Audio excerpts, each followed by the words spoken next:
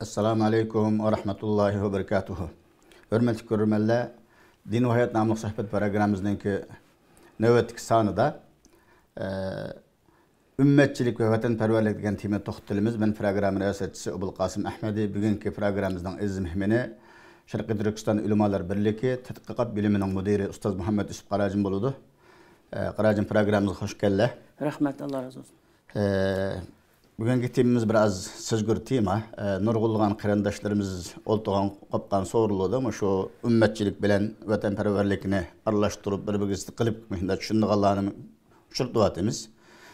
Şu evvel bugünkü programımızı bu ümmetçilik degan nima, bunu nima maqsad qilindi degan savoldan başlasak, qani marhamat. Bismillahirrahmanirrahim. Elhamdülillahi Rabbil alemin ve salatu vesselamu ala eşrefil murselin Seyyidina Muhammed ve ala alihi ve ashabihi ecmaîn.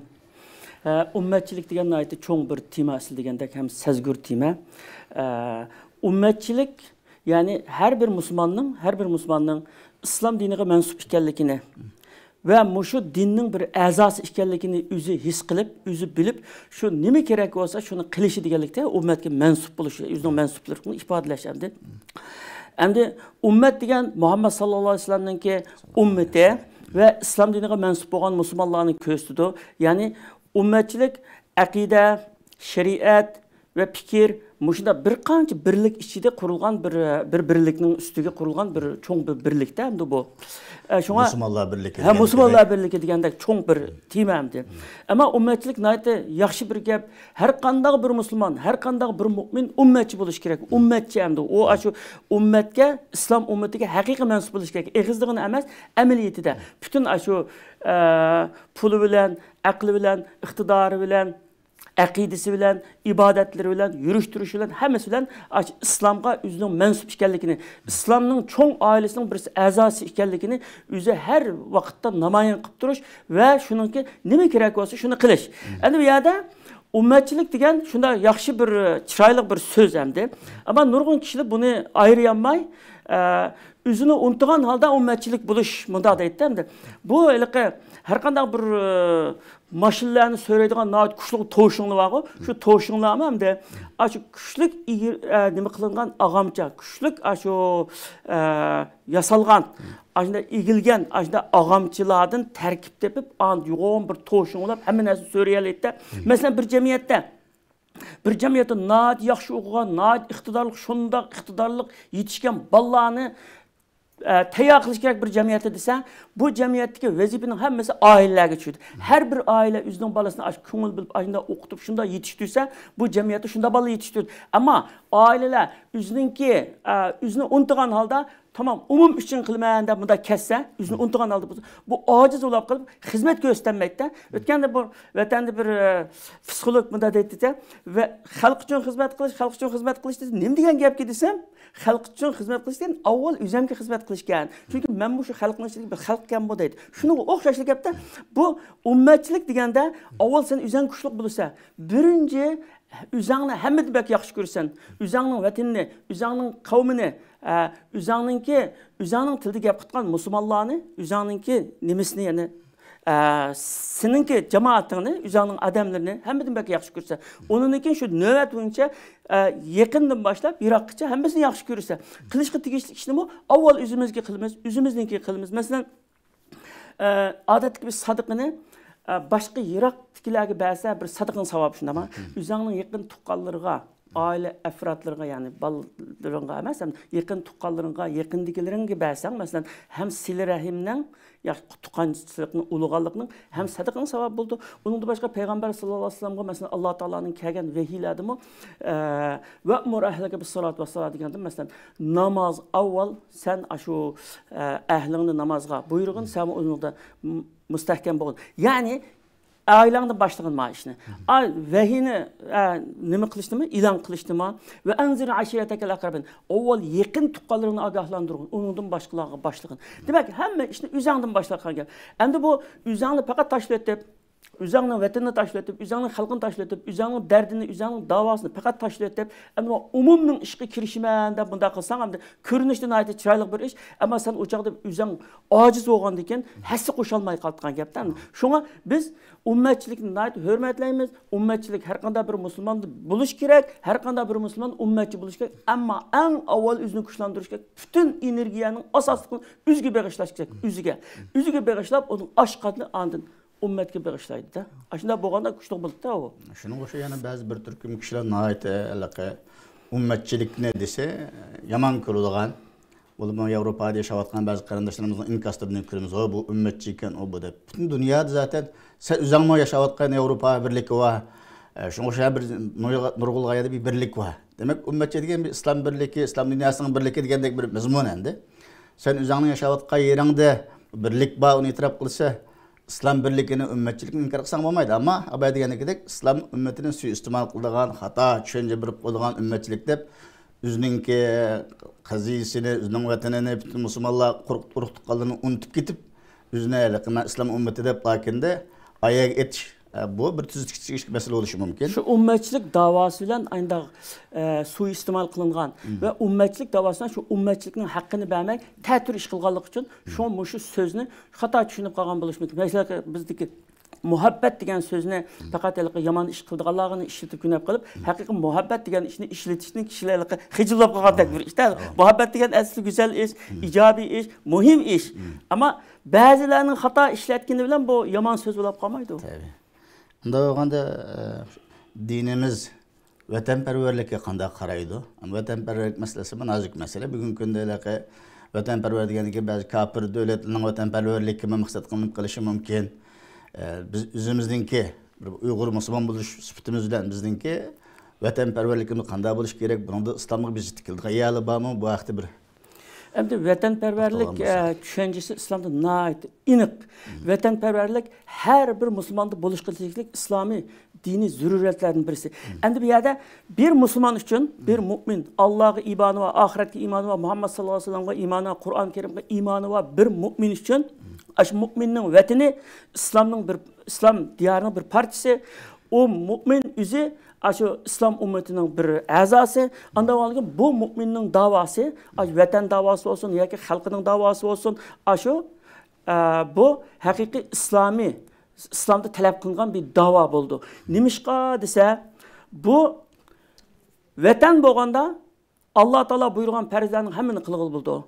Allah Teala'ga hakiki kulçulukni qilg'il buldu. Kur'an-ı Kerim'de iki tane ayetini misal keltireyim. Bu vatan toğurluk. Bir sürede Kur'an-ı Kerim'de bunda deydi. Yahudiler doğrusu, Beni İsrail doğrusu. وَلَوْ أَنَّا كَتَبْنَا عَلَيْهِمْ أَنْ اِخْتُلُوا أَنْفُسَكُمْ اَوْ اَخْرِجُوا مِنْ دِيَارِكُمْ مَا فَعَلُوهُ إِلَّا قَلِيلٌ مِنْهُمْ deydi. Eğer biz Yahudiler'e, o Beni İsrail'e üzerlerini öldürünler, ya ki yurttuğundan çıktınlar desek, bunu kıldıqaları intayın az deydi. Bu yerdeki gap, biz delil getirmekçi boğunmaz. Vatan bilen hayat ikisi xuddi vatani buluş, hayat tuğanға o'xshash. Vatandan ayrılganlık ölgenge o'xshash. Yani bir yerde ikisini üzerine ya öldürünler, ya ki vatandan çıkıp gitin degan gap ölgen bilan o'xshash degan gap. Ve bilan qo'shqini oldidagi gap bilan keyingi gap ikkisi yani o'xshash nimada? Vezinde digellikten de ya üzünü öldürüş ya ki vatandan ayrılış. Xudu vatandan ayrılış degen hazır muhaciratdagi biz texmi bunu düşünüp vatandan ayrılış degen tirik turup ölgenlik endi bu. Resmi bir şunda bir ig'ir, hakikaten ig'ir, ölümdek ig'ir endi. Şu Kur'an-ı Kerim bunu nat yaxshi bilgenlik için şunda tasvirlagancha, şu vatansizlik ölümge o'xshash deb tasvirlagan. Yana bir ayette birinci şu cihat ayetinin düşken vakalikini desek hem de zulümge uçurgan yurtudan qo'g'lab Rabbim Allah deganlik için yurtudan haydab chiqarilganligi için ularga cihat qilishga yani kurash qilishga vatanni elish uchun cihat qilishga ularga ruxsat qilindi degan oyatda Mişada ruhsat kılınganlıkның sebebini, illetini vatandan çıkarılganlığı üçün degilik demdi. Vatandan çıkarılganlığı üçün degilik. Hem de Peygamber sallallahu aleyhi ve sellem'ninki vakaliklerden mesela 3 tane misalını keltirsek, birinci mesela Uhud gazisi deyli, Xandak gazisi deyli, Bedre uruşu deyli, muşunun hemmesi Medine'nin etrafıda boğan. Ve Medine'nin etrafıda ve Medine'de boğan. Bu nimini köstü dese, Müslümanlar vatanını qoğdaş için aş sırtın kelgen kapırlarla uruşkan. Hem de Bedre uruşu da hem de Şam'dan kelgen karvanını Müslümanlar aldığını toskan, av nimisini intikamını eliş için çünkü vatan Mekke'de öyleri kaldı, baylıklarını ev aldı, bunu kılgan degen bizim ayda kılgan, biz mani alayda kılga vaxtıda Mekke'den asker başlap kelip, o karvan sak ötep ketken bosumu şunu bahane qıp turup, ulu uruş qılqıl keldi şuna, uruşta mağlup boldu. İkinci qatımma Uhud uruşunu mu aşılık qozgıdı. Onunki Xandak uruşunu mu hemmeyle birleşip gelip, içiden sırtından birleşip gelip, Müslümanların fakat yok qılış için ayda keldi. Şu çağda mı? Şu çağdaki en çoğun uruşlar, 3 çoğun uruş, aşo, İslam vatini boğan Medine'ni qoğdaş için boldu. Onunki mesela Tabuk gazisi deyimiz, nayet muhim, İslam tarihinde muhim bir Tabuk gazisi. Tabuk gazisi qanda boldu dese, Tabuk degen Medine'den 680 kilometr kiltgan bir yer, Saudiya Arabistan'ın bir çigirisi. Endi bu yerda Rim imparatorluğu, muşu nime? Muşu Bizantiya, bunu İstanbul'da. Bizantiya imparatorluğu yakın etraftaki Gassan Araplarını, baş kabillelerini kurallandırıp, aşılarla birleşip bu Hristiyanlar 40 mingdan artıq askeri tayyor qilib Medine'ge hücum qilmoqchi bo'lganda Peygamber sallallahu aleyhi ve sellem'nin istighbaratları bu vaqani o'qidi. O'qib, uni qo'zg'alishdan burun Rasululloh darhol qo'zg'alib 30 ming kişilik asker bilen nayt havanın ısık çağda hem de aşağıda moyunda piyada nurgunusu piyada bazıları atlık ayından menip bir ayda berip buldu berip heyvi köz kelgendigen ulu qo'qab keçip gidiyordu şununla ayağını İslam devletiga qo'shgan boldu Tabukni urushsiz g'alba qilgan boldu buningdan nima chiqdi o desa düşman besib kelgan chog'da emas düşman besib kelish ehtimoli bor chog'da düşman besib kelmoqchi bo'lgan chog'da oldiga berib uningga heyvi qilish mushu jihatmi Madinani qo'g'dash uchun agar shu chog'da musulmonlar jim o'tirgan bo'lsa, ular besib keladi 40 ming kishilik tuyuqsiz chog'da besib kelib, balki Madina islom davlatini shunday tarmar qilib o'tishi mumkin edi. Demak, mushunda hushyorliklarni qildi. Bu mushu vatanni qo'g'dash urushi, vatanni qo'g'dash, islom diyorini qo'g'dash urushi endi. Onundan keyin Peygamber sallallahu aleyhi ve sellem'ninki mesela 23 yıl peygamber oldu. Şunda Mekke'de 3 yıl mehbi davet kıldı. Keyin 10 yıl aşkar davet kıldı. Keyin Medine'ye hicret kılgandan keyin yani 10 yıl davet kıldı. Medine'deki vaxtıda bağan günden başlayıp Medine'deki Müslümanların sepini kuşlandırış, bir tarafını qanda qılsaq Mekke'ni fetih qılmamızga, ana yurtumuzni aşını alımızga degan g'am bilan yaşap, ahiri Mekke'ni fetih qildi. Hatta tushugimi kirdi. Laqad sadaqallahu rasulullahu ya bil haqq degan oyatni tushunmasdan. Rasululloh sana nayti to'g'ri tush ko'rsatdi. Allah Rasulullah'a siz beşinglarni qirqigan, ba'zilarini tushirgan holda masjidlarga chuqum kirsizlar deb ashib Düşlerini gösterdi, şunda vaadlarını kıldı, Resulullah'ın şunda arzu kıldı. Demek en ahiri Mekke'ni fethi kılış bilen uzun kalmay Peygamber sallallahu aleyhi ve sellem peygamberlik mi tügüde. Yani ahırlaştı. Yani vazifini tamamladı. Allah Teala'nın dergahına ketdi. Bunun da nima chiqdi? Her bir Müslümanın öz vatanını qaytırıp elishi. O Müslümanlıknınki takamullığı ve Müslümanlıknınki tamamlanışı ve onunki mükemmelleşişi desek bulut mesela şundan. Demek muşu küreşlerinin hemmini oylap gelsen Müslümanlar özünün Müslüman diyarını saklap kılış, Müslümanlarını qoğdaş ve İslam davetinin aldıdaki tosqullarını, karşılık kösetkiçilerini yokutup İslam davetinin yolunu içiş için cihat perest kılındı mesela. Muşu uruşlarının hemmesi, Peygamber sallallahu aleyhi ve sellem'in hayatı uruşlarının hemmesi Müslümanlarını qoğdaş, Müslümanların vatanını qoğdaş, İslam davetini qoğdaş, İslam davetinin yolunu içiş emdi. Biz muşunda kengri düşengen vaxtıda bu dinin faqatla şu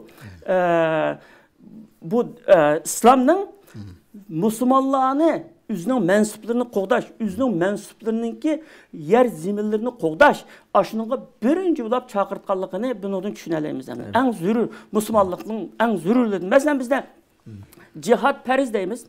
Cihat qandaq cihat periz. Bəzənlər cihat elqi periz kifaya, elqi bütün her qanda bir Müslümanğa periz kifaya. Ama şu cihatqa ayrılğanlarga ve şu cihatqa təyinlənganlarga Perz ayn, yani bir düşman besip kelgan chaqda hamma odamga perz ayn. deganni xato tushunib, bu cihat degan farz kifoya, jinoz namozini o'qib qo'ysang bo'ladi, boshqasi berib o'qib qo'ysin bo'ldi deganga o'xshashlar farz kifoyasi bunda oddiy uchun. Bu farz kifoya degan gap, urush degan gap hammadan chiqolmaydi. Qeri xutulli chiqolmaydi, qeradam chiqolmaydi, kichik bolalar chiqolmaydi. Masalan, urush chiqitgan chog'da uning shunga tayyor bo'lgan kuchi bor, yosh, askarlik qila oladigan mundaligi shu chog'da farz. Ammo dushman besib kirgan vaqtida, dushman besib kelmoqchi bo'lgan shu qeri yosh demaydi, kichik bola demaydi, hammasiga quldan kelgancha jihad qilish farz ham bu. O mushundaq bir farzni farz deb turuluq. Bu nemishqa farz? Aşı musulmonning vatanini qo'g'dash, aşı musulmonninki o'zini qo'g'dash.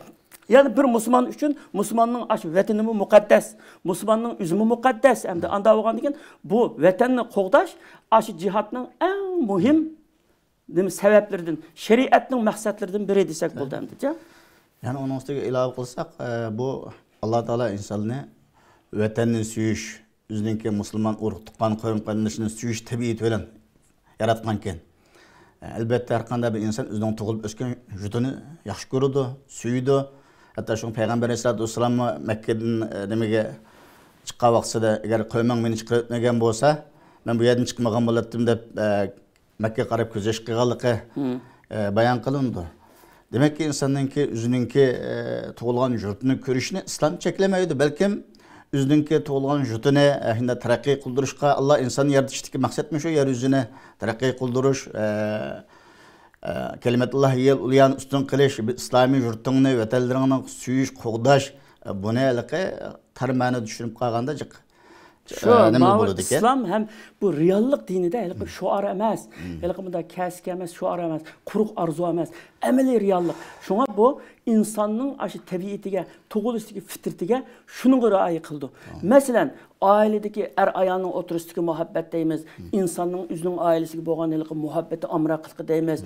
Hammani ko'zga olganda shunga birinchi o'zingning ahliga qilgan, birinchi o'zingning tuqqanlari qilgan, uningdan keyin boshqasi qilgan. Hali o'zingni unutib ketib, o'zingni faqat tashlab o'tib, o'zingninki hali bu yerga o't ketgan bo'lsa, boshqa qo'shnimning tüyürüke yoki uy o'rilib ketib, men ani qutqazsam bo'ldi deb ketmay, avval o'zingni qilgan, o'zingninkiga yordam qilgan, o'zingni kuchlantirgan deydi.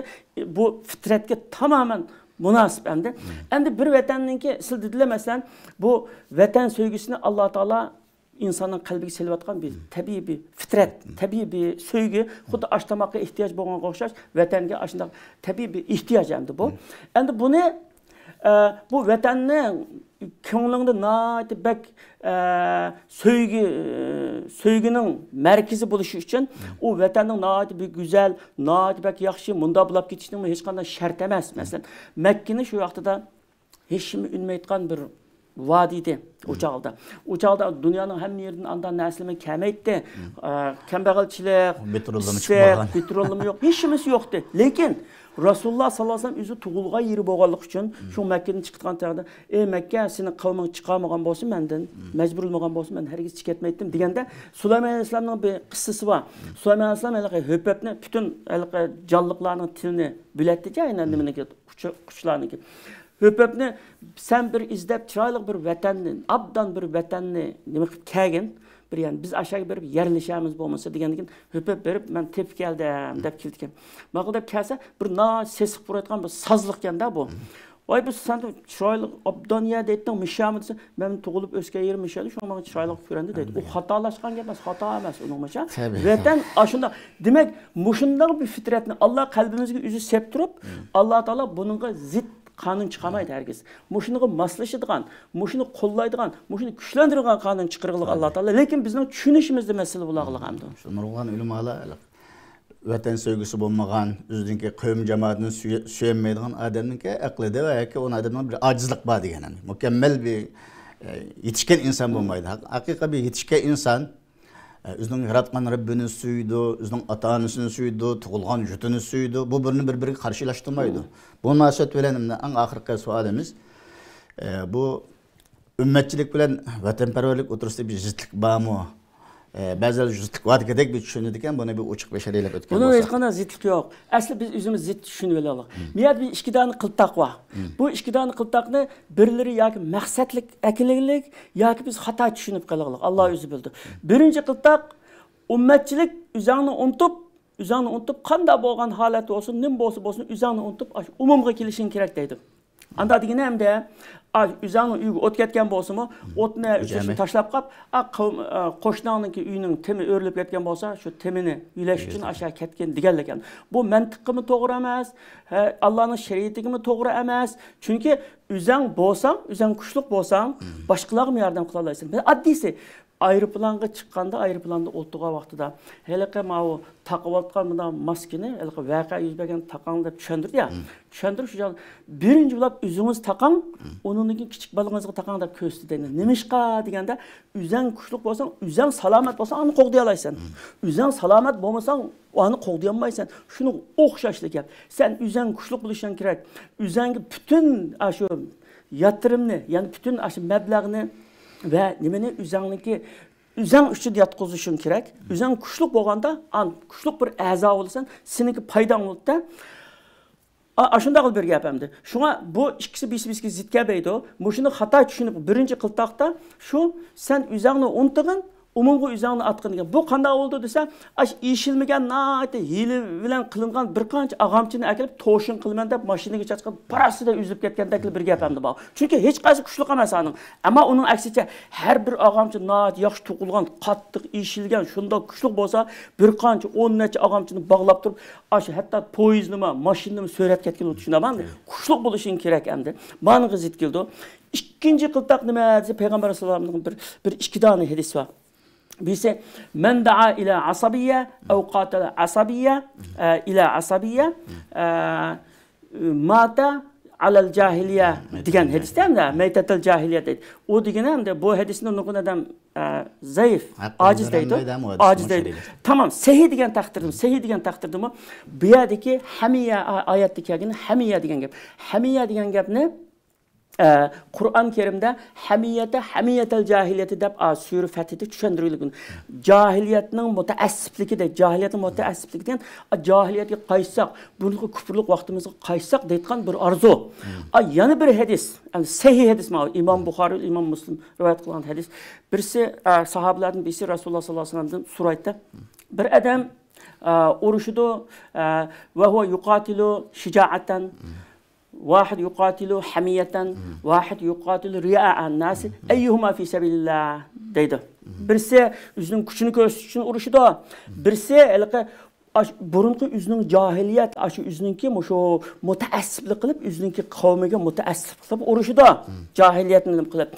Birisi kişilerge göster riya için uğraşıyor. Khas Allah yolunda diyen Peygamber sallallahu aleyhi ve sellem men qatile li'ala kelimetillahi fehuve fi sebillah. Kim ki Allah'ınki sözünün, Allah'ın kelimesini yukarı kılış için uğraşsa, bu Allah'ın yolunda uğraşkan buldu deyişine bak. Ma sahih hadis.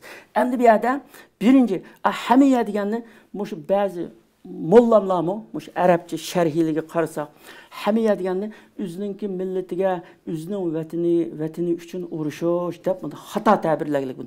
Bu xata tabir bu. Bunu to'g'ri tabiri nima desa, şu çağlarda Peygamber sallallahu aleyhi ve sellem rasa kuştapqa vaqtida bu Araplarning bazı kabileler, mesela Havazin deymiz, Saqif deymiz, bazı kabileler kuchi yetsa islomdan qaytib olish uchun shunda turgan. Hatta Muhammed ölse dinimi tugaydi, davetim tugaydi, şu çağda biz özümüzün asl dinimiz qaytib olamiz deb turgan. Hatta şu gaplarni qilatdi, ular ashuna gaplarni qilatdicha. Şunda nimede mushu hadisle deyilgan şu çağda. Kimki aşı burunqi asabiyatga chaqirdi ekan, kimki aşında ölüdü ekan, o cehennem kirdi deb. Nayt haqliq hamdi o. Ay adamı bu hamiyet üçün özünün cahiliyetiga qaytaman deb urushgan adam Allah'ın kelimesini üstün kılış için uğraşqanga o'xshash emas. Hamda ma cennetde olsa dozaqda oldu deydi. Yani ikincisi bu yerda bunun qanday delil chiqdi? Men qatil i'la kelimatlar fa huwa fi sabilillah degani kimki Allah'ınki dinini, Allah'ın kelimesini üstün kılış için uğraşsa, bu Allah'ın yolunda uğraşqan boldu deydi ama endi Allah'ın dinini üstün kılış için nime gerek? Vatan gerek. Vatan bolsa Allah'ın dinini üstün kılgıldı, Allah'ın şeriatida hüküm kılgıldı, namazını vaxtida o'qildi, ibadetlerini kılgıldı, balalarni İslam boyunca terbiyelgildi, hak hukuklarını İslam boyunca ada kılgıldı. Eğer şu bo'lmasa hech qaysini qilgan bizning ahvolimizga o'xshash. Endi bu yerda bu Allah'ın kelimesini üstün kılış için birden bir kirek neyse vatanken şu bu bir müstakil vatan olsa şu çağda Allah'ın kelimesini üstün kılgıl bulutken. Demek aşı hadisinin üzü çokumsa vatanının mahkem qoğdışın kirek deylikte. Resulullah sallallahu aleyhi ve sellem Tabuk'ta mesela Allah hücum kapırlı hücum kılmasın kapırının hücum kıtkallıkını bilip aldığı çıkıp hücum kılgallığı hakiki naat akıllık bir strateji hakanda bir Müslümanlık buluşku tegişlik bir akıl. Ama biz onun təsirini qılıq. Mesela 16-cı əsrdən keyin bizdə tərki dünyalıq tərqibatı bolğandan keyin biz bu dünya kafirnin biz ahiretinin xuda ahiretke bu dünyadan ötmə elqə asmanın uçublu ketitqanda ekan. Bu şu dünyanı ötümüz. Bu şu dünya ahiretinin yolu. Bu şu qaysı yolda mansaq şu ahiretdə şununğa kirimiz hamda. Mesela Buxaraga Ruslar hücum qılğan vaxtida hücum kəpdi dese medreslərin həmmisi bir tuta urullaşdırıb Sahih Buxarını tamam qılğanda deb Sahih Buxarı oxub oturtgan. Sahih Buxarı oturup şu oturğanda bombardıman bilan öləylik məsələn. Endi bu Allah'ın şeriatı mi durus emas, Peygamber sallallahu aleyhi ve sellem'ninki yoluğu mu durus emas camda?